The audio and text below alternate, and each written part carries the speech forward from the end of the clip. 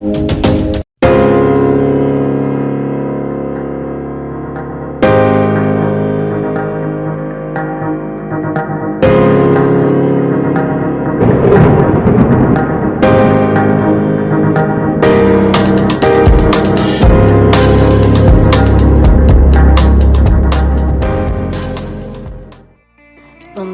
senjata suku Dayak.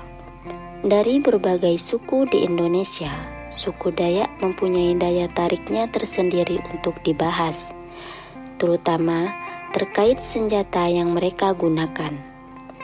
Suku ini tidak hanya dikenal dengan kebudayaannya, melainkan juga kekuatan magisnya.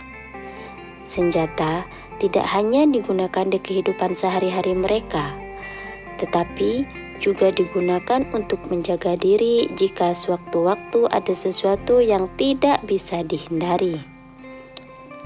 Ada 4 senjata khas Dayak yang biasa digunakan. Pertama adalah mandau. Mandau merupakan senjata tradisional suku Dayak yang terkenal memiliki kekuatan gaib di dalamnya. Mandau memiliki estetika yang menarik di bagian bilah yang tidak tajam. Dapat ditemukan lubang yang memperindah tampilan mandau. Mandau memiliki 3 bagian pokok dalam pembuatannya, yaitu isin yang terbuat dari logam campuran, pulang terbuat dari tanduk rusa atau kerbau, dan sarung terbuat dari kayu. Senjata ini seringkali dipakai masyarakat setempat untuk keperluan berburu, pembukaan lahan, serta berladang. Mandau juga biasa digunakan sebagai alat pelengkap tarian seperti tari mandau, tari perisai kambit, dan tari kancet papatau. Kedua adalah sumpit. Sumpit tidak kalah mengerikannya daripada mandau. Sumpit semacam senapan khas Dayak dengan bentuk panjang dan kemudian dilubangi 1 cm di bagian tengahnya. Sumpit memiliki ukuran panjang sekitar 1,5 hingga 2 meter dan diameternya berkisar 2-3 cm. Terbuat dari kayu ulin, tampang, tabalin, pelepek atau kayu resah.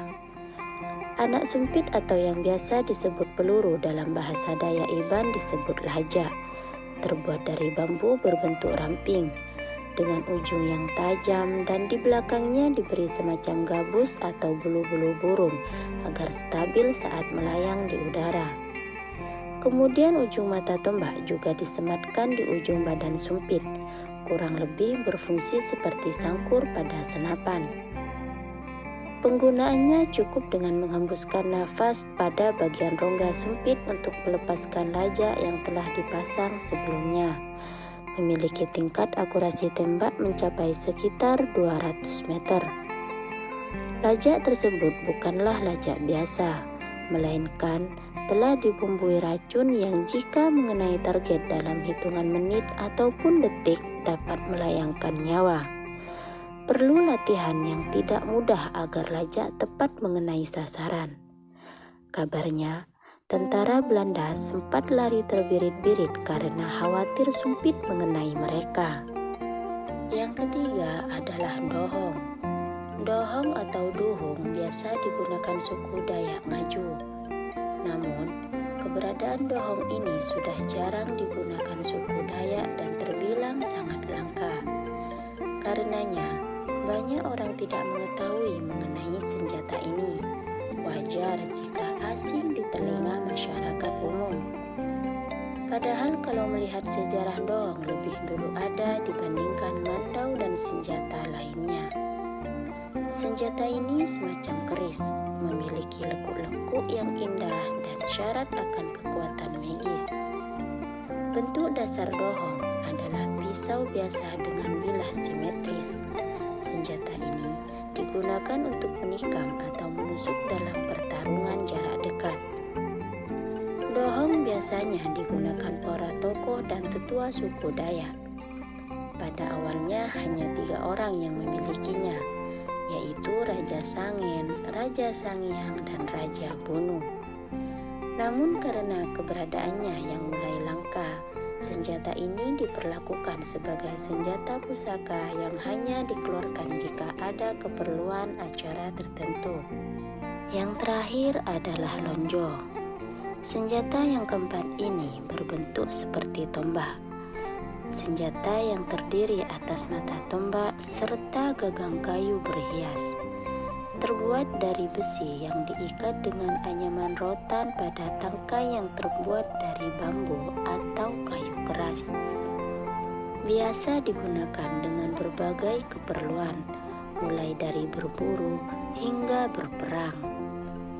Senjata yang satu ini memiliki kekuatan energi magis yang mampu menjadikan pemiliknya semakin kuat dan kebal akan senjata tajam. Dan jikalau digunakan berperang, dipercaya bertuah. Semakin banyak nyawa bergelimpangan karena lonjo, semakin besar pula energi yang ada pada lonjo tersebut.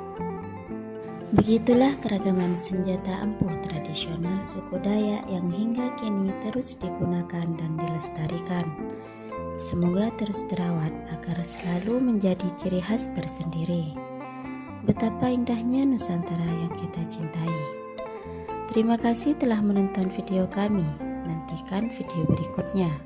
Dan jangan lupa like, subscribe, dan komentar sebagai dukungan dan masukan untuk channel kami.